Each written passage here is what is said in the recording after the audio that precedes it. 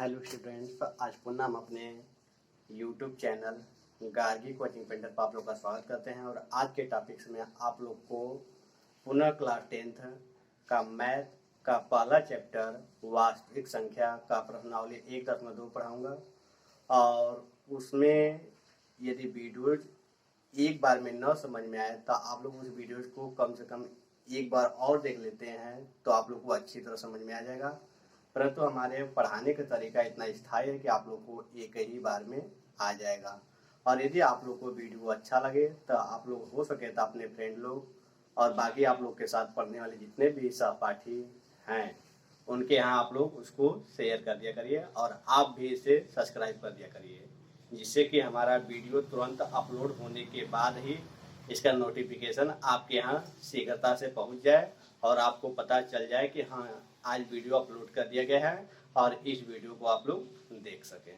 और इसके बावजूद भी यदि आप लोग को और किसी सवाल का प्रॉब्लम आता है तो हमारे Telegram channel Gargi coaching centre पर आप लोग उसका फोटो सेंड कर दीजिएगा, उसका हम सॉल्व तुरंत भेज देंगे।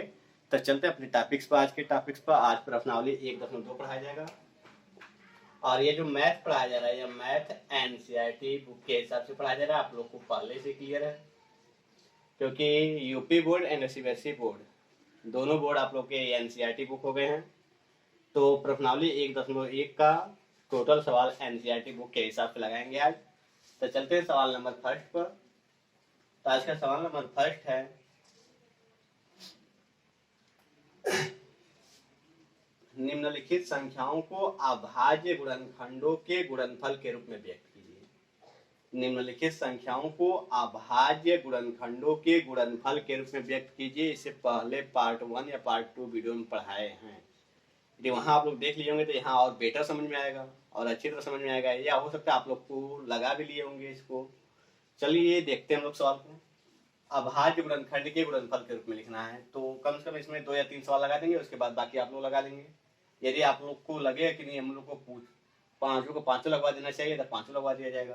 तो देखिए पहला का पहला यहाँ लगवाना चाहिए। सभी सवाल को यहाँ पर सॉल्यूशन किया जाएगा। सभी सवाल का पहला 140 है। तो अब इसको अब बचपन से भी पढ़ते आ रहे हैं, इसका बस गुणनखंड करना है। अब गुणनखंड करके अभाज्य गुणनखंड के गुणनफल के रूप में लिख देना है। सबसे पहले 2 से कटेगा, आप लोग जानते ही हैं। जिसके लास्ट में 0 हो या 2 हो या 4 हो या 6 हो या 8 हो वह 2 से कट जाता है। 2 से कटेगा, 2 7 14, 0 लग जाएगा। फिर लास्ट में 0, फिर 2 से कटेगा, 2 3 6 हो गया, 1 बचेगा, हो जाएगा 10, 2 5 10 हो जाएगा। आपके लिए 3 से नहीं कटेगा, 3 से नहीं कटता है तो उसका सीधे 5 से काटते हैं, 5 से कट जाएगा।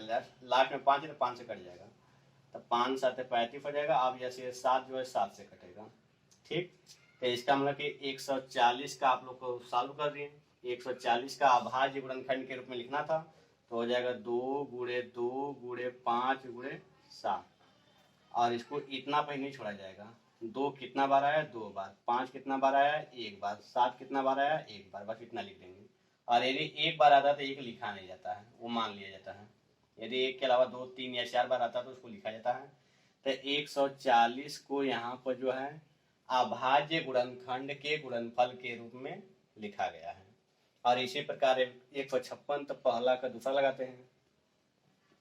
पहला का दूसरा 156, इसको काटते हैं तो 2 से कटेगा, क्योंकि लास्ट में 6 है तो 2 से कटेगा, तो इसका यहाँ 2 से काटेंगे। 2 7 14, 1 बचेगा तो यहाँ हो जाएगा 16, 2 8 16 हो जाएगा। फिर 2 से कटेगा तो 2 3 6 हो जाएगा, 1 बचेगा, 2 9 18 हो जाएगा। अब यह डायरेक्ट 3 से कटेगा, 3 1 कम 3, 3 तो लिखे 9। अब यह 13 जो है केवल 13 से ही कटता है। तो इसका मतलब 156 का अभाज्य गुणनखंड के गुणनफल के रूप में कैसे लिखेंगे? तो 2 कितना बार आया है, तो 2 बार आया है। 3 कितना बार आया है, तो 1 बार आया तो 1 लिखते नहीं है। और 13 कितना बार आया है, 1 बार आया तो 1 लिखते नहीं है घात। तो यह 156 का भी हो गया। फिर इसी प्रकार से आपका 3825 है। तो पहला का तीसरा 3825, 3825। तो सबसे पहले ये देख लीजिए कि 2 से कटेगा नहीं, क्योंकि लास्ट में यदि 0 2 4 6 8 रहेगा तो 2 से कटेगा, अन्यथा 2 से नहीं कटेगा। तो 3 पे देखिए 3 वाले में क्या करते हैं, अंकों को जोड़ते हैं, नहीं 3 के पहाड़ा में आ जाएगा तो 3 से कटेगा, नहीं तो नहीं कटेगा। तो 5 2 7, 7 3 10 और 10 और 8 18, 18 आ रहा है जो कि 3 से कट जाएगा, इसका मतलब 3 से कट जाना चाहिए। 3 से काटेंगे तो 3 एकम 3, 3 का पहाड़ा पड़ेंगे, 3 दूना के 6, 2 बचेगा 22 हो जाएगा, 3 साते 21 हो जाएगा, 1 बचेगा 15 हो जाएगा, 3 5 15। अब देखिए 3 से कटेगा कि नहीं, तो 2 1 3, 3 7 3 10 5 15, फिर 3 से कट जाएगा पुनः, 3 चौके 12, 3 दूना के 6, 3 चौके 12 हो जाएगा, 3 दूना के 6 हो जाएगा, 1 बचेगा, 3 5 15 हो जाएगा। अब देखते हैं कि 3 से कटेगा कि नहीं, तो 4 2 6 5 11, 3 से नहीं कटेगा, तो 3 से नहीं कटेगा तो सिर्फ 5 से कटेगा क्योंकि लास्ट में 5 है। तो 5 8 40 और 2 बचेगा तो 5 5 25 हो जाएगा। फिर 5 से कटेगा तो 5 एकम 5, 3 बचेगा तो हो जाएगा 35, 5 5 35। अब यह किससे कटेगा, 17 पे डायरेक्ट कट जाएगा, 17 एकम 17। तो इसका 3825 का अभाज्य गुणनखंड के गुणनफल के रूप में लिखना होगा। तो कैसे लिखेंगे, तो 3 कितना बार आया है, 2 बार, तो 3 घाते 2। 5 कितना बार आया है, 2 बार, और 17 कितना बार आया है, 1 बार, तो 1 नहीं लिखते हैं। तो यही आपका क्या हो जाएगा, आंसर हो जाएगा। यह अब आपका पहला का तीसरा भी हो गया। अब पहला का चौथा लगा देते हैं। पहला का चौथा 5 है, 5 है, या पहला का चौथा आप लोग को आसान पड़ेगा, लगा लीजिएगा। पहला का पांचवा लगा दे रहे हैं, या एक साल क्यों छोड़े, आप पूरा लगा दे रहे हैं, तो हो जाएगा 5005। ये कटेगा सीधे आपका डायरेक्ट 5 से कटेगा क्योंकि 3 से कटेगा नहीं। क्यों नहीं 3 से कटेगा, क्योंकि 5 और 5 10 हो रहा है, 10 3 के पहाड़ नहीं है, तो 5 से कटेगा, 5 एकम 5 0 0 5 एकम 5। अब यह 1 और 1 2 है, तो इसका मतलब 3 से कटेगा नहीं। 3 से यदि कटा होता तो पहले ही कट गया होता। 3 से नहीं कटेगा, 5 से भी नहीं कटेगा। आप फिर 7 से काटते, देखिए 7 से कट जाता है कि नहीं, तो 7 से काट के देखते हैं, नहीं कटता है तो उसके बाद फिर चले जाएंगे सीधे 11 को। तो 7 एकम 7, 3 बचेगा, 0 30 हो जाएगा, 7 चौक 28, 2 बचेगा, 1 7 लिखेगा, इस 3 से कट गया। फिर अब 7 से कटेगा कि नहीं, तो नहीं कटेगा। अब यह 11 से कटेगा, 11 एकम 11, 3 बचेगा, 11 3 33। अब यह 13 13 से कट जाएगा। तो इसका मतलब 5005 का अभाज्य गुणनखंड क्या आ गया, 5 घाते 1, 7 घाते 1, 11 घाते 1 और 13 घाते 1। सबके सब घात 1 में है, तो इसलिए घात 1 लिखिए, चाहे मत लिखिए, वो माना ही जाता है। तो आपका यह पहला का चौथा भी हो गया। तो अब इसमें से एक सवाल को हटाते हैं, तब उसके बाद पहला का पांचवा भी लगा देते हैं। तो इस पहले सवाल को ही इरेज करते हैं, डिलीट कर देते हैं इसको। तो देखिए पहला का पांचवा क्या है, 7429। सबसे पहले ये देखिए 2 से कटेगा कि नहीं, 2 से नहीं कटेगा क्योंकि लास्ट में 9 है। आप 3 फिर 3 वाले में क्या करते हैं कि अंकों को जोड़ते हैं, तो 7 4 11, 11 2 13, 13 और 7 20 2 22, 3 से भी नहीं कटेगा। 3 के पहाड़ा में आना चाहिए जोड़ने के बाद। 7 4 11, 11 2 13, 13 7 20 2 22, नहीं कटेगा 3 से भी। उसके बाद 3 से नहीं कटेगा, 5 से काटेंगे, 5 से भी नहीं कटेगा क्योंकि लास्ट में 5 है क्या नहीं है। तो 7 से काटेंगे, देखिए 7 से कट जाता है कि नहीं, तो 7 एकम 7, 5 छक्का 42, 7 से नहीं कटेगा, 7 से भी नहीं कटेगा। उसके बाद 8 से काटते नहीं, 7 के बाद 8 9 10 11, 11 से काटेंगे, देखिए 11 से कटेगा कि नहीं, 11 छक्का 66 हो जाएगा। जब 66 होगा तो 4 उसमें बचेगा, 4 उसमें बचेगा, तो 8 हो जाएगा, 8 हो जाएगा तो यहाँ हो जाएगा 82, तो 11 7 77, 3 2 5 5 59 हो जाएगा, नहीं कटेगा 11 से भी। तो 11 से नहीं कटेगा तो 13 से काट के देखते हैं, शायद 13 से कट जाए। तो 13 को पारा पड़ी 74 से पढ़ाना जाए, तो छोड़ देते हैं, 65 71 91, 13 से 78 हो जा रहा है, 6 बार में बड़ा हो जा रहा है, तो 13 5 65 होगा, 5 बार जाएगा तो 65 होगा, 65 इसका मतलब कि 9 बचेगा। 74 में से 65 घटेगा तो 9 बचेगा, 2 है तो 92 हो जाएगा। अब 13 7 91 होगा, 13 7 91 होगा, तो 1 बचेगा, तो यहाँ हो जाएगा 19, 13 से भी नहीं कटेगा। अब उसके बाद किससे कटेगा, तो 13 से भी नहीं कट रहा है आप लोग का। तो 13 के बाद चलेंगे 14 से नहीं काटते हैं, 15 से नहीं काटते हैं, 16 से नहीं काटते हैं, 17 से काटते हैं, तो 17 से देखिए कट जाएगा कि नहीं कटेगा। तो 17 में जाती है, फतेह क्या फतेह चौके 68, 4 बार में 68 आ रहा है, बचेगा 6, तो हो जाएगा 62, तो 17 चौके 68, 17 में जाती फतेह 51, 3 बार जाएगा तो 51 होगा, तो 62 था 62 था, 51 होगा, तो इसका मतलब कि कितना बचेगा, घटा लीजिए। तो 1 और यहाँ 1, 11 बचेगा, 19 और 17 फाते 119 शायद होता है। 17 फतह 34 फतह 51 फतह जगह फतह 85 फतह जगह 2 फतह फाते 119, तो 17 से कट जाएगा, तो 17 छक्का 119 होगा। फिर से काट के देख लीजिए, मिला लीजिए। 17 फतह फतह 34 फतह 51 फतह 4 68 हो गया, 68 4 बार गया है तो 4 लिख दिया, 68 हुआ था, 68 74 में से घट जाएगा तो कितना बचेगा, तो 6 बचेगा, तो ये हो जाएगा 62। तो उसके बाद 17 को बारह पढ़ेंगे तो 3 बार जाएगा, 17 17 17 34 17 51, 3 बार गया तो आपको बचेगा 11, तब लग जाएगा 11 के साथ 9 लगेगा तो 119 हो जाएगा। तब 17 छक्का 17 साते 119 होता है, 17 साते 119, 17 फाते 119 हो गया, 17 से कट जाएगा 7 बार में। अब देखते हैं किससे कटता है, 17 से कटता है कि नहीं पुनः। तो 17 17 17 34, 17 से दोबारा काट के देखते हैं, 17 गुना के 34 होगा, तो 43 है, 34 से घट जाएगा तो आपका बचेगा एक हाथ में 13 में 4 जाएगा, 9 बचेगा, यहाँ हो जाएगा 97। तो 17 के भाड़ा में 97 आएगा नहीं, तो 13 अब 17 पर नहीं कटेगा, तो 17 पर नहीं कटेगा तो 18 पर नहीं काटते हैं, 19 काट के देखते हैं। अब 19 से काटते हैं तो 19 गुना के 38 होगा, 19 गुना के 38 होगा, तो 38 होगा, तो 43 में से 38 घटेगा तो कितना बचेगा, 5 बचेगा, तो हो जाएगा 57, 19 तिया 57 कट जाएगा। फिर उसके बाद 23 से कटेगा, मतलब 17 से कटेगा, 19 से कटेगा और 23 से एक बार में पुनः कट जाएगा। तो इसका मतलब कि 7429, 7429 का अभाज्य गुणनखंड क्या आ गया, 17 का एक बार, 17 घाते 1 लगाइए, चैनल नहीं लगाएंगे तो भी कोई दिक्कत नहीं, क्योंकि एक बार आया है। 19 घाते 1 और 23 घाते 1, तो ये आपका पहला का 5वां सवाल हो गया होगा। आज को थोड़ा सा हो सके आप मिला लीजिएगा, थोड़ा स्पीड में लगाएं, तो थोड़ा गलती हो सकती है, लेकिन उम्मीद है कि पूरा सही होगा। तो आपका पहला का 5वां सवाल अच्छी तरह क्लियर हो गया। और ऐसे जो किया जा रहा है अभाज्य गुणनखंड विधि से हम गुणनफल ज्ञात कर रहे हैं। अब वह बोला भी गया है कि अभाज्य गुणनखंडों के गुणनफल के रूप में व्यक्त कीजिए, तो हम इसको व्यक्त कर दिए। उम्मीद है कि आप लोग का पहला का 5वां सवाल समझ में आया होगा। अब चलते हैं सवाल नंबर 2 पर। तो पहला सवाल को पूरा हटाते हैं।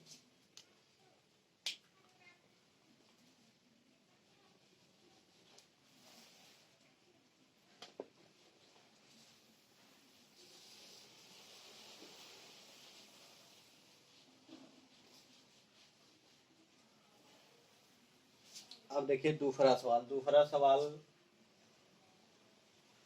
पूर्णांकों के निम्नलिखित युग्मों के एचसीएफ एलसीएम ज्ञात कीजिए तथा इसकी जांच कीजिए कि दो संख्याओं का गुणनफल जो होगा वो एचसीएफ मतलब मौस, एलसीएम मतलब लस के गुणनफल के बराबर ही होता है। और ये दूसरा सवाल में सवाल को नहीं लिख पाए हैं, तो यहीं पर सवाल को लिख भी देंगे और सॉल्व भी करेंगे। हो सकता है सवाल लिखते समय इसके भूल गए हैं सवाल को कि सवाल क्या लिखना है हमको। तो दूसरा का पहला सवाल पर चलते हैं। तो सवाल देखिए, तो दूसरा का जो सवाल है आपका 1 2 3 सवाल दिया गया है, तो दूसरा का सवाल भी यहीं पे लिख दे रहे तीनों। पहला सवाल दिया गया आप लोग का 26 और 91 बोला गया है, और दूसरा सवाल बोला गया है, पहला सवाल गया 26 और 91, और दूसरा सवाल बोला गया है 510 और 92, और इसका तीसरा सवाल बोला गया है 336 और 54, 336 और 54। इन तीनों सवाल का लौसा और मौसा ज्ञात करना है। और किसी विधि से ज्ञात करना है, किसी विधि का नाम नहीं बोला गया है, तो हम किसी भी विधि से लौसा मौसा निकाल सकते हैं। और लौसा मौसा निकालने के बाद बोला गया कि इसकी जांच भी कीजिए कि यदि इन दोनों संख्याओं को गुणा करेंगे, बोला है ना, दोनों संख्याओं का गुणा करने पर जो आएगा वह उनके एचसीएफ मतलब कि मौसा और लौसा का गुणा करने के बाद जो आएगा दोनों बराबर आना चाहिए, यह जांच करना है। ठीक, तो देखिए हम लोग कैसे जांच करते हैं। और पहले तो एचसीएफ और एलसीएम निकाल लें, मतलब कि मौसा और लौसा निकाल लिया जाए पहले। तो दूसरा का पहला सवाल क्या है, सवाल 26 और 91 है, 26 है और क्या है 91 है। इन दोनों को हमको क्या निकालना है, मौसा और लौसा दोनों निकालना है। तो सबसे पहले क्या करेंगे, गुणनखंड कर लेंगे। तो 2 से काटेंगे 13 वन कटेगा, 13 से कट जाएगा। अब यह काटेंगे तो यह आप लोग का कटेगा 7 से कट जाएगा, शायद 7 से कटेगा तो 7 एकम 7, 2 बचेगा, 7 तिया 21, फिर 13 से कट जाएगा पूरा पूरा। क्लियर है? अब जब ये कट गया तो 26 का क्या आ गया, 2 गुणे 13, और 91 का क्या आ गया, तो 91 का आ गया आपका 7 गुणे 13। हमको मौसा और लफा दोनों निकालना था, पहले लफा निकाल लेते हैं। लसा को इंग्लिश में क्या कहते हैं, LCM, list common multiply, LCM. तो लसम क्या कहते हैं कि जो दिए गए पद होते हैं उसमें जो गुणनखंड किए होते हैं, अभाज्य गुणनखंड जो किए हैं, जो आया है, उसमें जो कॉमन होगा उसका बड़ा घात लिखेंगे। कॉमन आपका 13 है, ये दोनों में कॉमन है। इन दोनों कॉमन पद पर घात देखा जाता है, इसका भी घात 1 है, इसका भी घात 1 है, दोनों का घात बराबर है। तो जब दोनों का घात बराबर रहता है, चाहे बड़ा घात बोले चाहे छोटा घात बोले, वही ले लिया जाता है। तो आपका 13 आ जाएगा। लौसा वाले में जो कॉमन होता है उसका बड़ा घात लिया जाता है, और जो बच जाएगा दोनों में उसको भी लिखा जाएगा। तो पहले वाले में 2 बचा है और दूसरे वाले में 7 बच गया है, और कुछ तो कॉमन था नहीं, इसी का गुणा कर लेंगे तो आपका लौसा हो जाएगा। तो हो जाएगा 7 गुना के 14, और 14 तिया 42, 42 के 2, हाफी लगा 1, और 14 कम 14 1 15, ये हाफी लगा 4 बचेगा। उन्हें गुणा कर लेते हैं अच्छी तरह से। 13 के 26 हो जाएगा, 26 गुणे 7 तो हो जाएगा 5 का 42 के 2, हाफी लगा 4, 5 14 4 18, 182 हो जाएगा। तो इसमें लसा कितना आ गया, 182। और मौसा निकाल लेते हैं। मौसा को इंग्लिश में हाईएस्ट कॉमन फैक्टर बोला जाता है, हाईएस्ट कॉमन फैक्टर, HCF।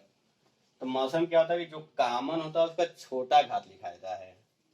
तो यहाँ पर भी 13 ही कॉमन है, तो इसका छोटा घात, यहाँ तक घात 1 है, यहाँ भी घात 1 है। जब दोनों घात बराबर होता है तो बड़ा घात बोलेगा तो भी वही लिख दिया जाएगा, छोटा घात बोलेगा तो भी वही लिख दिया जाएगा, क्योंकि दोनों का घात बराबर है। लेकिन मौसम में जो कॉमन होता है केवल उसको लिखा जाता है, और जो बच जाता है उसको नहीं लिखा जाता है। तो 2 और 7 बच गया, जो कॉमन है नहीं, तो इसको छोड़ दिया जाएगा, तो मौसा आपका 13 हो जाएगा। तो लौसा आ गया 182 और मौसा आ गया आपका 13। इतना ज्ञात करने के लिए बोला था, और उसके बाद और भी बोला कि तथा इसकी जांच कीजिए कि दोनों संख्याओं को गुणा करेंगे तो वह मौसा और लौसा के गुणा के बराबर आना चाहिए। तो आप जांच करेंगे तो यहाँ लिख देंगे उत्तर की जांच, सीधे उत्तर की जांच। तो उत्तर की जांच में क्या लिखेंगे, दो संख्याओं का गुणनफल, दो संख्याओं का गुणनफल बराबर होता है HCF मतलब मौसा, और LCM मतलब लौसा। तो दो संख्याओं तो कौन कौन संख्या थी, 26 थी और 91 थी। तो 26 गुणे 91, और HCF तो HCF आया आपको 13, और गुणे LCM तो LCM आया 182। गुणा कर लीजिए दोनों साइड में, या ऐसा कर लीजिए कि यहाँ 26 का गुणनखंड करेंगे तो हो जाएगा 2 गुणे 13, 91 हो जाएगा। यहाँ पर 13 गुणे 182 हो जाएगा।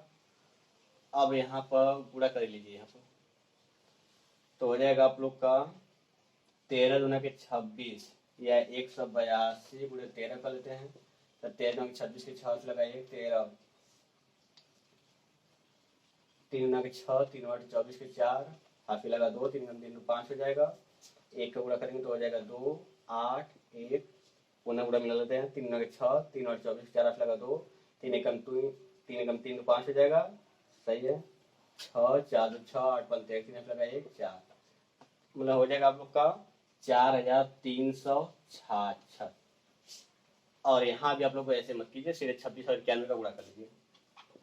91 गुणे 26 तो हो जाएगा 6 एकम 6, 6 9 54, और 2 एकम 2 54 56, 56 के 6 16 5 9 9 18 18 5 18 2 20 23 9 तक 18, 9 तक 18, और यहाँ बचा है 5। चलिए ऐसे पूरा नहीं हो पा रहा था, दूसरा का तरीका कर लेते हैं। 6 एकम 6, 6 9 54 के 6 एकम 6, 6 9 54 के पूरा हो जाएगा। 2 एकम 2 2 9 18 तो हो जाएगा 6, ठीक। अब हो जाएगा यहाँ पर 4 2 6 हो जाएगा, 8 5 13 का 3 हाथ लगा 1, हाथ लगा 1, 8 5 13 हाथ लगा 1, और 1 1 2, 23 46 आ रहा है और यहाँ पर कैसे 8 5 13 यहाँ पे लगा एक हुआ एक और एक दो जगह 43 66 दोनों जगह आएगा। तो आपका आ गया 43 में 23 66 मतलब 2366 तो लिखेंगे अतः प्रूफ्ड। ये क्या हो गया आपका सिद्ध हो गया, क्योंकि ये नहीं सिद्ध करना था कि दोनों संख्याओं का जब गुणा करेंगे तो दोनों संख्याएं कौन कौन थी 26 और 91 थी, दोनों का गुणा कर दिए और मौसा और लौसा का भी गुणा किए तो दोनों क्या आ गए बराबर आ गए। और ये बराबर होता भी है लेकिन हमको सिद्ध करके दिखाना था, सिद्ध करके दिखा दिया गया है। तो ये गुणा आप लोग रफ कार्य पर अलग से कर लीजिएगा, गुणा भी आप लोग को दिखा दिया गया है कि आप लोग को कोई प्रॉब्लम ना आए कि सही कि गलत है। तो उम्मीद है कि आप लोग को दूसरा का पहला सवाल अच्छी तरह समझ में आया होगा। तो आप इसको इरेज करते हैं, आप दूसरा का दूसरा सवाल लगाते हैं। दूसरा का दूसरा सवाल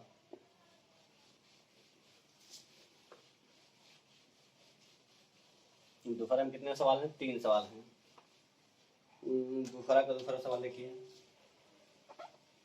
दूसरा के तीनों सवाल में वही करना है आपका 512 है और क्या है 92 है।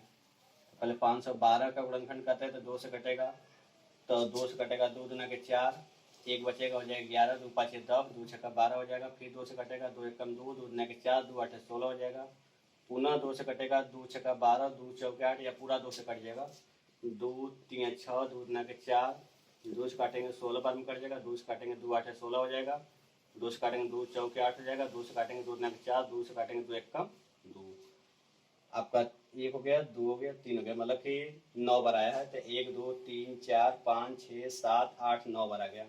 अब इसका गुणनखंड कर लेते हैं 92 का,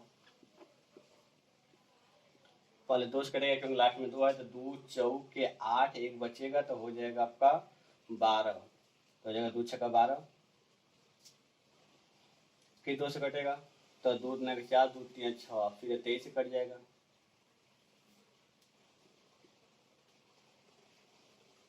आपका 23 से कट जाएगा, मिला लीजिएगा 2 चौके 8 अब एक बार में 12 हो जाएगा, 2 6 12 हो जाएगा, 2 दूना के 4 2 3 6 23 से आपका कट जाएगा। तो इसका देखिए ना क्या आ गया, तो 512 का जो आया है 2 घाते कितना आ गया 9 आ गया, डायरेक्ट 2 घाते 9 आ गया, और 92 का जो आया है वो क्या आया है तो 2 घाते 2 और गुणे 23 आया है। तो अब यहाँ से लौसा मौसा निकाल लिया जाए तो हो जाएगा लौसा और इधर मौसा निकाल लेते हैं। तो लौसम क्या होता है जो कामन होता है उसका बड़ा घात लिखते हैं, तो कामन कौन है 2 घाते 9 2 वाला कामन है और यहाँ 2 घाते 9 है तो 2 घाते 9 लिख दिए, और जो बच जाता है उसको भी लिखते हैं, जो कामन रहेगा उसका बड़ा घात लिखेंगे और जो बच जाएगा उसको भी लिखेंगे। तो क्या बच गया आपका 23 बच गया, तो 23 को भी लिखा जाएगा। और कुछ बचा है पहले में कुछ नहीं बचा है। अब इसी को गुणा कर लीजिए साफ हो जाएगा। तो कैसे साफ होगा 2 घाते 9 का मतलब 512 आएगा, गुणा कर लीजिए 2 का 9 बार गुणा करेंगे 512 मतलब वही आएगा, यही आपका 2 का 9 बार गुणा करेंगे तो 512 आ जाएगा गुणे 23। अब मौसम, तो मौसम क्या होता है जो कामन होता है उसका छोटा घात लिखा जाता है। तो कामन कौन है 2 कामन है तो 2 घाते 2 है 2 घाते 9 है, छोटा वाला घात यह है तो 2 घाते 2 हो जाएगा, तो 2 घाते 2 मतलब 4 हो जाएगा आपका। अब इन दोनों गुणा कर लीजिए अपना 512 गुणे 23, तो 3 दूना के 6 3 1 कम 3 3 5 15 2 दूना के 4 2 1 कम 2 2 5 10 6 7 7 1 1, तो आपका गुणा करने पर आ गया 11,776। और यहाँ तो मौसम गुणा करने की जरूरत नहीं, 4 है मौसम, क्योंकि मौसम जो बच जाता है उसको नहीं लिखते हैं, जो कामन होता है उसी को लिखते हैं, वो भी छोटा वाला घात। तो बस इतना ही रह जाएगा मौसम आपका। ये तो हो गया आपका लौसम मौसम। अब उसको जांच भी करना था, तो जांच करने वाले में क्या करेंगे तो लिखेंगे अतः 2 संख्याओं का गुणनफल, अतः 2 संख्याओं का गुणनफल, यही जांच करना है कि 2 संख्याओं का गुणनफल जो होगा मौसम मतलब HCF गुणे लौसम मतलब LCM के बराबर होना चाहिए। तो 2 संख्याओं का गुणनफल, दोनों संख्या कौन कौन सी है 512 है और गुणे दूसरी संख्या क्या है 92 है, बराबर मौसा कितना है 4 और लौसा कितना है 11,776। तो दोनों गुणा कीजिए, तो पहले इसी गुणा कर लीजिए, जो आएगा यहाँ पर वही यहाँ पाएगा कन्फर्म है। तो 4 छक्का 24 के 4 आफी लगा 2 4 फटे 28 28 2 30 के 0 आफी लगा 3 4 फत्ते 28, 28 में 31 की 1 हासिल लगा 3, 4 कम 4 3 7 और 4 कम 4। और यहाँ भी गुणा करके अपना चेक कर लीजिएगा, आपका यही आएगा 47,104। यदि न विश्वास हो तो यहाँ पर गुणा करके मिला दे रहे हैं। 512 गुणे 92, तो 2 दूना के 4, 2 एक कम 2, 2 पचे 10, 9 दूना के 18 के 8 लगाएगा, 9 कम 9 1, 10 शून्य लगाए, 9 पचे 45, 1 46 हो जाएगा। 4 8 10 के शून्य लगाए, 1 1 6 4। यहाँ कहीं गलती हो गई क्या? 2 दूना के 4, 2 एक कम 2, 2 पाँचे 10 और 9 दूना के 18 के 8 लगाए, 9 एक कम 9 1 10, 9 पचे 9 एक कम 9 1, 10 का शून्य लगाए, 9 पचे 45 1 46, आपका 46 यहाँ उतरेगा, 46 हो गया। तो आप देखिए शायद हो जाएगा, तो 6 1 7 हो जाएगा, यहाँ 4 45,104, 45,104, यहाँ भी 45,104 दोनों साइड में आ गए। यहाँ क्या लिख देंगे, जांच करना था, सीधे करना था कि जांच कीजिए कि इन दोनों का गुणनफल और इसके मौफा और लफा गुणनफल के बराबर है कि नहीं, तो है, क्योंकि प्रूव कर दिए, सिद्ध कर दिए। तो उम्मीद है क्या, और यह गुणा आप लोग अपने रफ पैर पे कीजिएगा, यहाँ पर मत कीजिएगा, जहाँ सवाल लगा रहे हैं वहाँ पर मत कीजिएगा। तो उम्मीद है कि आप लोग का दूसरा सवाल भी अच्छी तरह से समझ में आ गया होगा। आप चलते हैं दूसरा का तीसरा सवाल को। ऐसा करते हैं कि दूसरा का तीसरा सवाल, एक सवाल छोड़ देते हैं, आप लोग लगा लीजिएगा इसी प्रकार से, उम्मीद है कि आप लोग लगा सकते हैं। तो आप चलते हैं सवाल नंबर 3 को। दूसरा सवाल भी आप लोग को अच्छी तरह से क्लियर हो गया। आप सवाल नंबर 3 पर चलते हैं। 3 सवाल में से भी 1 2 सवाल लगा देंगे, उसके बाद एक सवाल जो बच जाएगा आप लोग लगा लीजिएगा। इसको भी इरेज कर दिया जाए। थोड़ा सा वीडियो की क्वालिटी को देख ले रहे हैं कि वीडियो अच्छी तरह से आ रहा है कि नहीं। यदि वीडियो अच्छी तरह से नहीं आएगा तो हमारा यह वीडियो बनाना पूरा असफल हो जाएगा। तो आप लोग की वीडियो क्वालिटी बहुत ही अच्छी है, इसमें कोई कमी नहीं है। तो आगे चलते हैं सवाल नंबर 3 का फर्स्ट सवाल आप लोग पढ़ लिए होंगे। तो सवाल बोला है कि अभाज्य गुणनखंड विधि द्वारा, मतलब जैसे जो गुणनखंड कर रहे थे उसी को अभाज्य गुणनखंड विधि कहते हैं। अभाज्य गुणनखंड विधि द्वारा निम्नलिखित पूर्णांकों के मौसा और लौसा ज्ञात कीजिए। एचसीएफ का मतलब मौसा और एलसीएम का मतलब लौसा ज्ञात करना है। तभी जैसे सवाल में कई सवाल में ज्ञात किए भी हैं। अभाज्य गुणनखंड विधि से मौसा और लौसा ज्ञात कर रहे थे दूसरा में, तो इसमें से भी एक ज्ञात कर लेते हैं, उसको बाकी एक छोड़ देते हैं आप लोग के लिए। तीसरा का पहला 12 है, 15 है और 21 है। गुणनखंड कीजिए इसका। 2 छक्का 12, 2 3 6, 3 से 1 बंद कट जाएगा। फिर उसके बाद 3 5 15, 5 से कट जाएगा। फिर 3 से कटेगा, 3 7 21, 7 से कट जाएगा। 12 का क्या आ गया, 2 घाते 2 गुणे 3 आ गया, क्योंकि 2 2 बार आया, 3 1 बार आया है। और 15 का क्या आ गया, 3 गुणे 5 आ गया। और उसके बाद 21 का क्या आया है, तो 21 का आया है 3 गुणे 7। तब निकालते हैं लौसा और मौसा। लौसा और मौसा निकालना है। लौसा निकालना है, लौसा मतलब एलसीएम, लौसा मतलब एलसीएम निकालना है। और मौसा मतलब एचसीएफ निकालना है। तो लौसम क्या था कि जो दिए गए पद होते हैं उसका गुणनखंड कहते हैं। गुणनखंड करने के बाद जो कामन होता है उसका बड़ा घात लिखते हैं। तो कामन कौन है, 3 देखिए सब में है, जो सब में दिखाई देगा वही कामन होता है। जो कामन होगा उसका बड़ा वाला घात लिखेंगे। तो यहाँ भी घात एक ही है, यहाँ भी घात एक ही है, यहाँ भी घात एक ही है। जब पूरा घात बराबर हो जाए तो उसमें बड़ा और छोटा नहीं पता चलता है। तो ऐसे कंडीशन क्या करते हैं, किसी एक मतलब उसी में से किसी एक को ले लिया जाता है। तो 3 ले लिए, और कुछ कामन है इन तीनों में, तो और कुछ कामन नहीं है, तो जो बच गया उसको लिखिए। तो अब यहाँ 2 घाते 2 बचा है, यहाँ 5 बचा है, यहाँ 7 बचा है। 2 घाते 2 बचा है, यहाँ 5 बचा है, यहाँ 7 बचा है। पहले तो हम देखेंगे कि जो कामन रहेगा उसका बड़ा घात लिख लेंगे, और जो बच जाएगा उसको भी सब में से लिख लिया जाएगा। लेकिन यही मौसम में उल्टा हो जाता है। मौसम में जो कामन होगा उसका छोटा घात लिखेंगे, तो इसमें भी पता नहीं कि कौन छोटा घात है, इसी में से उतार दिया जाता है। और जो बच जाएगा उसको नहीं लिखते थे। यहाँ बच गया सब, जो कामन रहेगा केवल उसी को लिखेंगे मौसम में, और जो बच जाएगा उसको नहीं लिखा जाएगा। मौसम में जो कामन रहेगा उसका छोटा घात लिखेंगे, और जो बच जाएगा नहीं लिखेंगे। लेकिन लौसम में जो कामन रहेगा उसका बड़ा घात लिखेंगे, और जो बच जाएगा उसको भी लिखते हैं। तो गुणा करेंगे तो लसा हो जाएगा, और यहाँ गुणा करेंगे तो मसा हो जाएगा। तो गुणा करते हैं तो यहाँ 2 दूना के 4, 4 3 12, 12 5 60, और 60 का गुणा 7 में करेंगे 7 7 छक्का 42, 420 हो जाएगा। देखिएगा 2 दूने का 4 हो जाएगा, 4 3 12 हो जाएगा, 12 5 60 हो जाएगा, 60 गुणे 7, 7 छक्का 42, जीरो लगा देंगे, 420 हो जाएगा। अब मौसा 3 हो गया। तो उम्मीद है कि आप लोग को अभाज्य गुणनखंड विधि द्वारा मस और लस भी निकालने आ गया, जो कि इससे पहले वाले सवाल में भी उसी विधि का प्रयोग किए थे। बस उसमें थोड़ा सा एक्स्ट्रा पॉइंट क्या पड़ गया था, जांच कीजिए कि दो संख्याओं का गुणनफल जो होगा वो मस और लस के गुणनफल के बराबर होगा। थोड़ा सा एक्स्ट्रा पॉइंट पड़ गया था। बाकी दूसरा और तीसरा सवाल एक ही चीज है। तो उम्मीद है कि आगे आप लोग भी लगा सकते हैं आगे के सवाल को भी, लेकिन इस सवाल को बता दें, इस सवाल में थोड़ा सा आप लोग को दिक्कत होगा। तो दूसरा सवाल बताते हैं, तीसरा का दूसरा, इसको हटाते हैं। सवाल नंबर तीसरा का दूसरा क्या क्या है, 17 है, 23 है, 29 है। 17 डायरेक्ट 17 से ही कटेगा, 23 डायरेक्ट 23 से ही कटेगा, और 29 डायरेक्ट 29 से ही कटेगा। इसका मतलब कि 17 का जो गुणनखंड होगा वो 17 ही होगा, और 23 का जो गुणनखंड होगा वो 23 ही होगा, और 29 का जो गुणनखंड होगा वो 29 होगा। अब हमको लसा और मौसा निकालना है। लसा निकालना है और क्या निकालना है, मौसा निकालना है। तो लसा में जो कामन होगा उसका सबसे बड़ा घात लिखेंगे, और जो बच जाएगा उसको भी लिखेंगे। तो इन तीनों में से कामन कुछ भी नहीं है, तो कामन नहीं है तो कामन लॉ नहीं लिखा जाएगा। अब जो बच जाएगा उसको भी लिखते हैं। तो पहले वाले में 17 बच जाएगा, और दूसरा वाले में 23 बच जाएगा, और तीसरा वाले में 29 बच जाएगा। इन तीनों को गुणा कर देंगे तो आपका लसा हो जाएगा। और मौसम में जो कामन होता है उसका छोटा वाला घात लिखते हैं। तो कामन है या नहीं, छोटा वाला घात कैसे लिखेंगे हम लोग?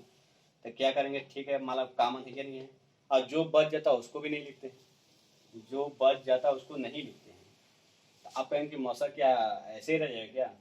तो ऐसे कंडीशन जब कुछ भी कामन न दिखाई दे तो मौसा एक होता है, क्योंकि इसमें हम गुणे एक लिख सकते हैं। क्योंकि गुणा एक लिखेंगे तो कोई प्रभाव नहीं पड़ेगा, कामन एक मिल गया हमको, तो इसका मौसा क्या हो जाएगा, एक हो जाएगा। इसीलिए इस सवाल को बताना जरूरी था कि जब कुछ भी कामन ना हो तो मौसा एक लिख दिया जाता है, मौसा एक हो जाता है।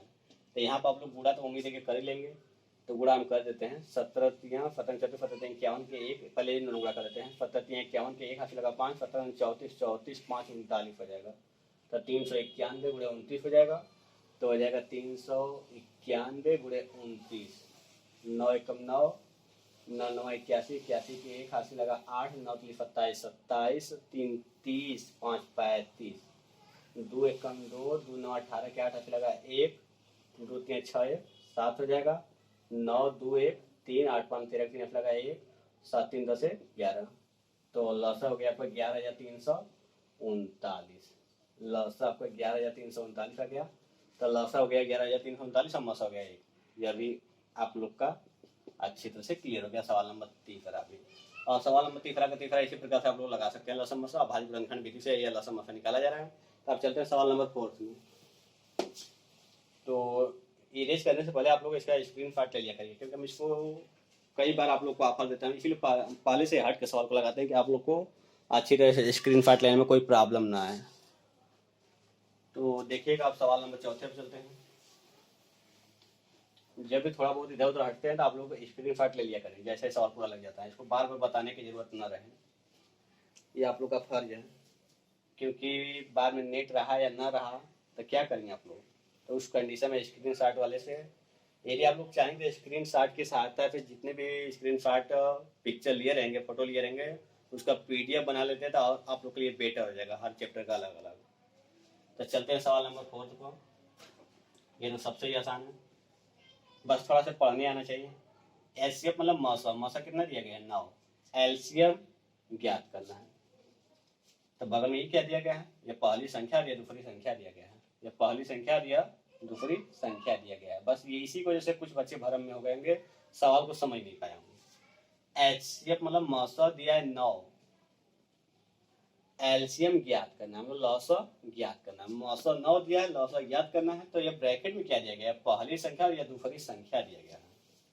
तो आप लोग सूत्र जानते हैं, ये दो संख्याओं का गुणनफल, जैसे इसमें लग रहा था दूसरे सवाल में, दो संख्याओं का गुणनफल जो होता है वो किसके बराबर होता है? HCF गुणे LCM के बराबर होता है, मतलब मौसा गुणे लसा के बराबर होता है। तो यही मान पुटअप कीजिए, दो संख्याओं का गुणनफल, मतलब पहली संख्या 306 गुणी दूसरी संख्या 657। पहली संख्या है दूसरी संख्या है, दोनों संख्याओं का गुणनफल हो गया बराबर मौसा। तो मौसा कितना है? 9। अब गुणे एलसीएम मतलब लौसा पूछा जा रहा है, एलसीएम मतलब लौसा होता है, ब्रैकेट में लिख भी दे रहे हैं। ये लौसा पूछा जा रहा है, लिखने की जरूरत नहीं है, आप लोग जानते ही हैं। एलसीएम पूछा जा रहा है तो 9 से देखिए कट जाएगा, तो 9 लिख के 27, 9 लिख 27, 3 बचेगा 36, 9 चौके 36, तो हो जाएगा आपका LCM बराबर इसका गुणा हो जाएगा 34 गुणे 657। गुणा आप लोग कर सकते हैं, फिर भी हम गुणा मिला ले रहे हैं। गुणा में हो सकता है थोड़ा सा हम स्पीड में गुणा करेंगे तो बाई चांस कभी गलती हो सकती है, तो उसमें ध्यान मत दीजिएगा, आप लोग गुणा मिला लीजिएगा, लेकिन फिर भी गलती होने का चांस थोड़ा बहुत कम ही चांस है। तो गुणा कर लेते हैं, 657 गुणे 34, 34 से हम कटाएंगे, 9 27 सही है, 9 36, 4 7 28 के 8 8 लगा 2, 4 5 20 22 के 2 8 लगा 2, 4 5 24 26 हो जाएगा, 3 7 21 के 1 8 लगा 2, 3 5 15 17 के 7 8 लगा 1, 3 6 18 1 19 हो जाएगा, 8 हो जाएगा, 2 1 3 6 5 13 के 3 8 लगा 1, 9 11 11 12 के 2 लगा 1 1 1 2, तो 22 33 8 मतलब 22,338। तो एलसीएम आ गया आपका 22,338।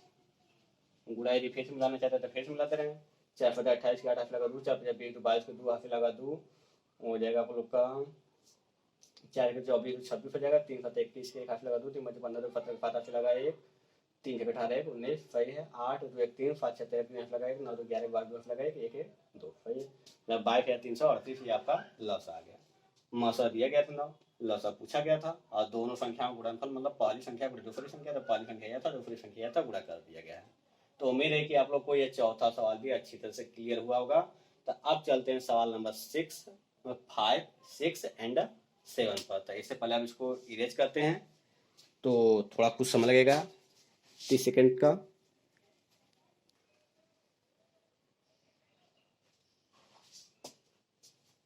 तो देखिएगा सवाल नंबर आप लोग का 5, इससे पहले 1 से लेके 4 तक सवाल आप लोग को अच्छी तरह से क्लियर रूप से समझा दिया गया है। तो सवाल नंबर 5 में देखिए बोला गया जांच करना है, इसका मतलब हमको चेक करना है, पता लगाना है कि क्या किसी भी प्राकृतिक संख्या आप लोग जानते हैं कहाँ से, 1 से लेकर 1 2 3 4 मतलब 1 से लेकर अनंत तक की जितनी भी संख्याएं आती है सब की सब क्या होती है? प्राकृतिक संख्या होती है। तो जांच कीजिए कि क्या किसी प्राकृतिक संख्या n के लिए 6 के पावर n जो अंक है वो 0 पर समाप्त हो सकता है। तो इसका पता हम लोग कैसे लगाते हैं, तो उसको समझने से पहले थोड़ा फिर एक एग्जाम्पल समझ लीजिए। 5वां सवाल ही लगाएंगे हम यहाँ पर, लेकिन एक एग्जाम्पल समझिए। यहाँ लेते हैं 20 के घाते 2 है, ठीक। तो 20 के घाते 2 का मतलब 20 गुणे 20 दो बार करेंगे, 20 के घाते 2 का मतलब कि 20 गुणे 20 को बार करेंगे, 2 बार करेंगे, और गुणा करेंगे, 2 का 2 2 दूना 4 हो जाएगा, और फुन्ना फुन्ना फुन्ना हो जाएगा, एक फुन्ना यहाँ एक फुन्ना यहाँ 400। तो क्या ये 0 पर समाप्त हुआ कि नहीं? ये 0 पर समाप्त हुआ है ना, तो ये 0 पर समाप्त हुआ। तो कैसे पता चला कि ये 0 पर समाप्त होगा? यह सब आपको करना नहीं है, कुछ भी नहीं करना है। कैसे पता चलेगा कि 0 पर समाप्त होगा? तो यहाँ जो संख्या दिखाई दे रहा है उसका गुणनखंड करते हैं। तो 20 का गुणनखंड करेंगे तो 2 गुणे 5 आएगा, 2 दूना 4 5 20। इस गुणनखंड में 2 और 5 दिखाई दे रहा है। तो यदि किसी संख्या का गुणनखंड हम लोग करते हैं और उसके गुणनखंड में 2 और 5 दिखाई दे, उसके अतिरिक्त कोई और संख्या दिखाई दे रहा है, वो चाहे न दिखाई दे रहा है उससे मतलब नहीं, लेकिन 2 और 5 हमको दोनों दिखाई देना चाहिए। यदि उसका गुणनखंड करेंगे, जिस भी संख्या के बारे में पूछा जा रहा है कि उसका वह शून्य पर समाप्त होगा कि नहीं, तो उसका गुणनखंड करेंगे, और गुणनखंड करने के बाद क्या करेंगे? देखेंगे उसके गुणनखंड में 2 और 5 दोनों है कि नहीं। ये 2 और 5 दोनों है तो शून्य पर समाप्त होगा, अन्यथा शून्य पर नहीं समाप्त होगा। तो चलते हैं सवाल पर, उम्मीद समझ में आ गया होगा। तो आपका क्या था? 6 के पावर n है, तो 6 के पावर n का गुणनखंड कीजिए। तो लिखेंगे 6 का गुणनखंड, 6 का गुणनखंड, 6 का गुणनखंड, और n का मतलब 1 भी रख सकते हैं, 2 भी रख सकते हैं, 3 भी रख सकते हैं, क्योंकि प्राकृतिक संख्या बोल दिया गया है। तो n का मान 1 से लेकर अनंत तक रखो, कुछ भी रखो उससे मतलब नहीं, लेकिन 6 के गुणनखंड में 2 से 5 मतलब 2 और 5 संख्या दिखाई देनी चाहिए, तब वो शून्य पर समाप्त होगा। अन्यथा वो शून्य पर समाप्त नहीं होगा। वो भी 2 और 5 दोनों, ई न हो कि 2 केवल दिखाई दे 5 न हो, या 5 केवल दिखाई दे 2 न हो, 2 और 5 दोनों संख्या होना चाहिए। तो 6 का गुणनखंड करेंगे तो होगा 2 गुणे 3। तो अब सोचिए इसके गुणनखंड में क्या दिखाई दे रहा है, 2 दिखाई दे रहा है लेकिन 5 नहीं दिखाई दे रहा है, तो वही लिखेंगे। चूंकि 6 के गुणनखंड में 6 के गुणनखंड में केवल 2 शामिल है, परंतु केवल 2 ठीक है शामिल है, केवल 2 शामिल है, जबकि 5 शामिल नहीं है, जबकि 5 शामिल नहीं है, क्योंकि 5 शामिल नहीं है। जब 5 शामिल नहीं है तो इसका मतलब इसलिए 6 के पावर n कामा शून्य पर समाप्त नहीं होगा, शून्य पर समाप्त नहीं होगा, समाप्त नहीं होगा। बस ये पता लगाने के लिए बोला था कि शून्य पर समाप्त होगा कि नहीं, तो शून्य पर नहीं समाप्त होगा। क्यों? क्योंकि केवल 2 दिखाई दे रहा है, 5 शामिल नहीं है। यदि 5 भी दिखाई देता, 2 मतलब 6 के गुणनखंड में किसी तरह 2 और 5 दोनों दिखाई देता, तो वहां लिखते हैं कि 6 के गुणनखंड में 2 और 5 दोनों शामिल है, इसलिए 6 के पावर n शून्य पर समाप्त होगा लिखते हैं। कब लिखते हैं ऐसा? जब 2 और 5 दोनों दिखाई देता तब। तब केवल 2 दिखाई दे रहा है, 5 नहीं दिखाई दे रहा है, तो वही लिख दिए कि 6 के गुणनखंड में केवल 2 शामिल है जबकि 5 शामिल नहीं है, इसलिए 6 के पावर n शून्य पर समाप्त नहीं होगा। यदि केवल 5 रहता, 2 भी नहीं रहता तब तो भी शून्य पर समाप्त नहीं होता। ये 2 और 5 दोनों रहता तो शून्य पर समाप्त हो जाता। तो सवाल 5 आप लोग ऐसे ही लगा लेंगे, बस ऐसे लिख के ऐसे ही कर लेना है, बस क्लियर हो गया। अब चलते हैं सवाल नंबर 6 पर। व्याख्या कीजिए कि 7 गुणे 11 गुणे 13 प्लस 13 और 7 गुणे 6 गुणे 5 गुणे 4 गुणे 3 गुणे 2 गुणे 1 प्लस 5 भाज्य संख्याएं हैं। भाज्य संख्याएं क्यों हैं? तो भाज्य संख्या का मतलब क्या होता है? जो अपने आप से कट जाए और 1 से कट जाए, इसके अतिरिक्त किसी अन्य संख्या से भी कट जा रहा है तो वह भाज्य संख्या होगा। या इसका दूसरा परिभाषा बोला गया था, जिसके 2 या 2 से मतलब जिसके 2 से अधिक गुणनखंड होते हैं, जिसके 2 से अधिक गुणनखंड होने लगते हैं तो भाज्य संख्याएं हो जाती है। ठीक, तो हमको यहाँ सिद्ध करें कि ये दोनों जो है, एक यह सवाल है एक यह सवाल। मान लीजिए इसमें 2 सवाल है, छठवां में 2 सवाल है। छठवां का पाला लेते हैं, 7 गुणे 11 गुणे 13 प्लस 13। पहली बात, हम इस पूरा में इस पूरा का ही भागा देते या कट जाएगा, क्लियर है। किसी संख्या में उसी संख्या का भागा देते तो वह कट जाता है, तो एक गुणनखंड यही हो गया यह पूरा। और दूसरा गुणनखंड 1 हो गया, क्योंकि 1 से भागा देंगे तो भी कट जाएगा, 1 से सभी संख्याएं कट जाती है। अब सोचिए 2 गुणनखंड हो गया है, यदि एक गुणनखंड और मिल जाता तो इसका मतलब यह भाज्य हो जाता, सिद्ध हो जाता। बोला कि यह भाज्य है।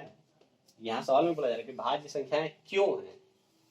तो देखिएगा, यदि इसमें हम 13 कॉमन ले लें, यहाँ से यहाँ तक एक पद है या अलग पद है, जब प्लस या माइनस लग जाता है तो वह अलग पद को इंडिकेट करने लगता है। अब गुणा रहेगा तो वह एक ही में शामिल हो जाता है।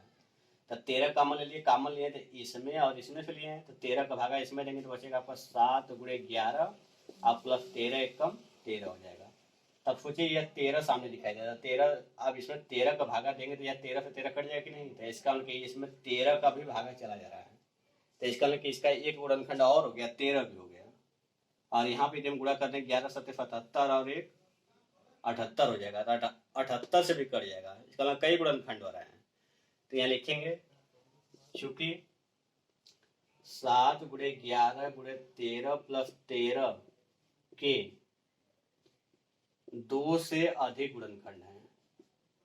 एक तो गुणनखंड यही हो गया कि हम इसी संख्या का भागा देते हैं, पूरा इसी संख्या का भागा देते कट जाएगा, और एक तो 1 से भागा देंगे तो भी कट जाएगा। एक तो यहाँ बगल में जो कॉमन संख्या 13 है, 13 को भी भागा देंगे तो भी कट जाएगा, और एक इसका गुणा करके इसको जोड़ेंगे इसका भागा देंगे तो भी कट जाएगा। तो इसका मतलब कई गुणनखंड हो जा रहे हैं, 4 गुणनखंड ऐसे ही दिखाई दे रहे हैं। बाकी वही तो 78 लिखे तो 78 2 से भी कटेगा, उससे भी कट जा रहा है। हमको बस 2 से अधिक गुणनखंड दिखाई देना चाहिए, 2 से अधिक गुणनखंड दिखाई दे दिया तो इसका मतलब भाज्य हो जाएगा। जो कि 7 गुणे 11 गुणे 13 प्लस 13 के 2 से अधिक गुणनखंड है, 2 से अधिक गुणनखंड हैं, 2 से अधिक गुणनखंड है, इसलिए 7 गुणे 11 गुणे 13 प्लस 13 भाज्य संख्या है, भाज्य संख्या है। बस जांच करना था, तुमको पता लगाना था, व्याख्या करना था। क्लियर हो गया। अब इसी तरह इसका दूसरा सवाल लगाना होगा, तो दूसरा सवाल में भी बिल्कुल यही रहेगा, हिंदी सब कुछ।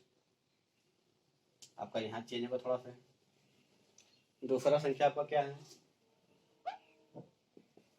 7 गुणे 6 गुणे 5 गुणे 4 गुणे 3 गुणे 2 गुणे 1 प्लस 5। पहली बात इस पूरा का भागा इसमें दे देंगे, इसी पूरा का भागा इसमें पूरा दे देंगे तो पूरा पूरा कट जाएगा, तो एक गुणनखंड हो गया यही। और एक का भागा देंगे तो भी तो पूरा कट जाएगा, तो दूसरा गुणनखंड हो गया।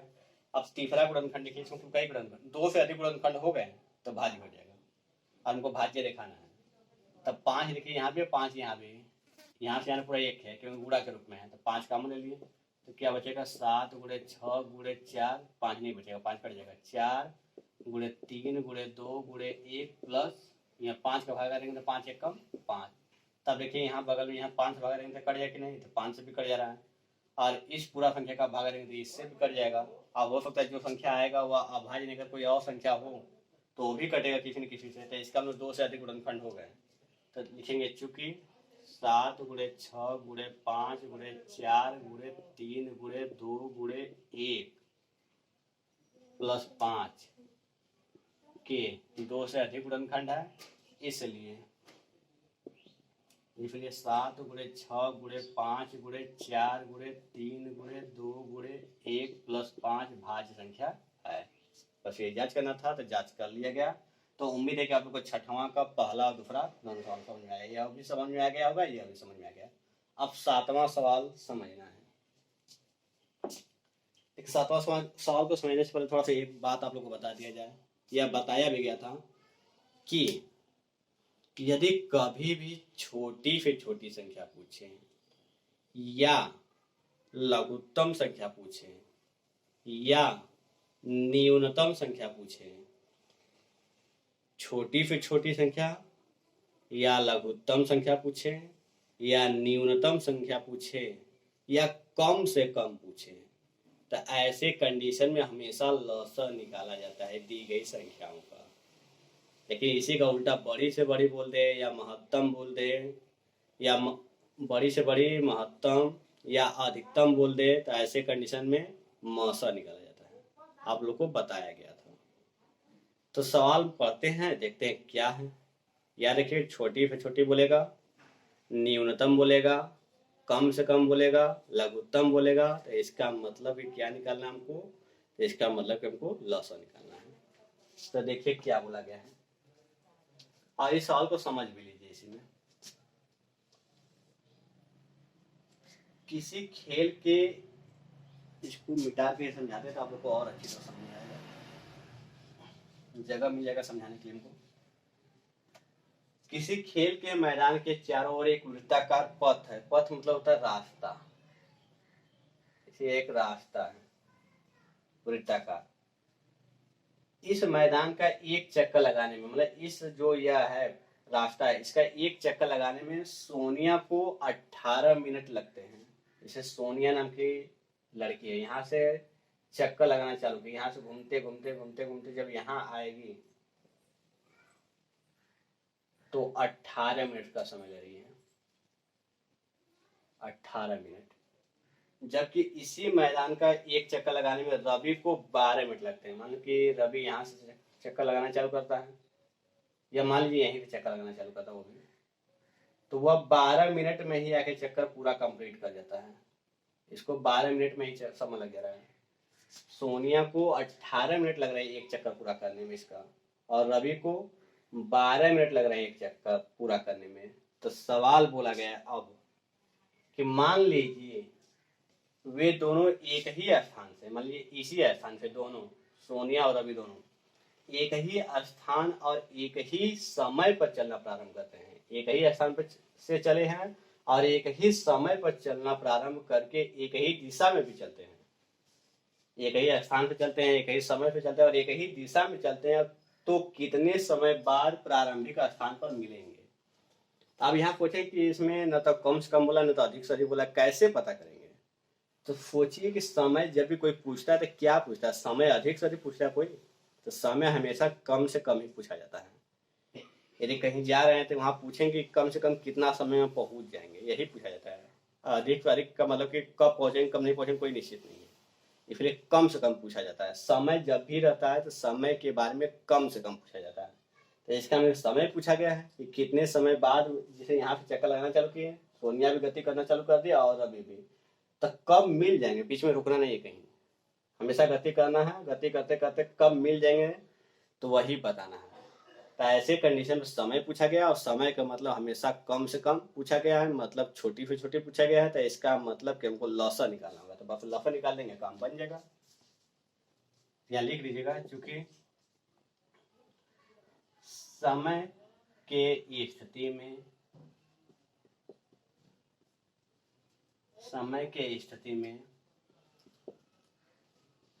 कम समय ज्ञात किया जाता है, समय के स्थिति में कम से कम समय ज्ञात करते हैं, इसलिए 12 मिनट और 18 मिनट का क्या निकाल लेंगे, लौसा निकाल लेंगे। तो लौसा निकालने आता ही है, तो 2 छक्का 12, 2 3 6, 3 से कट जाएगा, 2 9 18, 3 तली के 9, 3 एक कम, ये 3 तली के 9, 3 एक कम 3, मार्कर चेंज करना होगा। तो उम्मीद है कि आप लोग को यहाँ तक समझ में आ गया होगा। तो 12 का गुणनखंड जो आया है आप लोग का कितना आ गया, 2 का बार आया है 2 बार, और 3 का बार आया है 1 ही बार आया है। और 18 वाले में देखिए, 18 वाले में 2 एक बार आया है और 3 2 बार आया है। हमको लौसा निकालेंगे और लौसा ये हमारा आंसर होगा।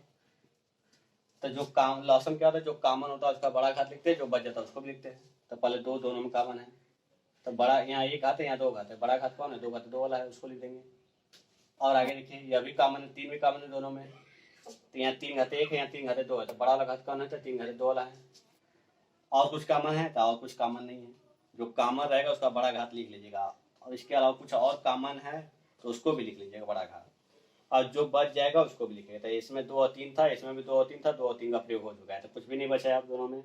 तो लौसा आ गया आप लोग का 2 गुना के 4 और 3 तली के 9, तो 9 चौके 36 हो जाएगा, 36 मिनट।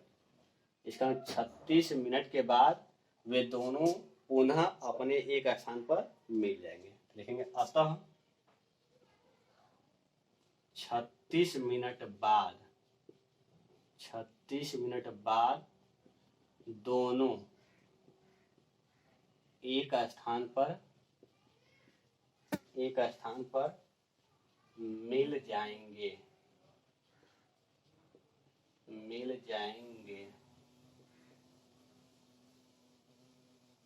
36 मिनट बाद दोनों एक स्थान पर मिल जाएंगे। तो उम्मीद है कि आप लोग को यह 7वां सवाल भी अच्छी तरह से समझ में आ गया होगा।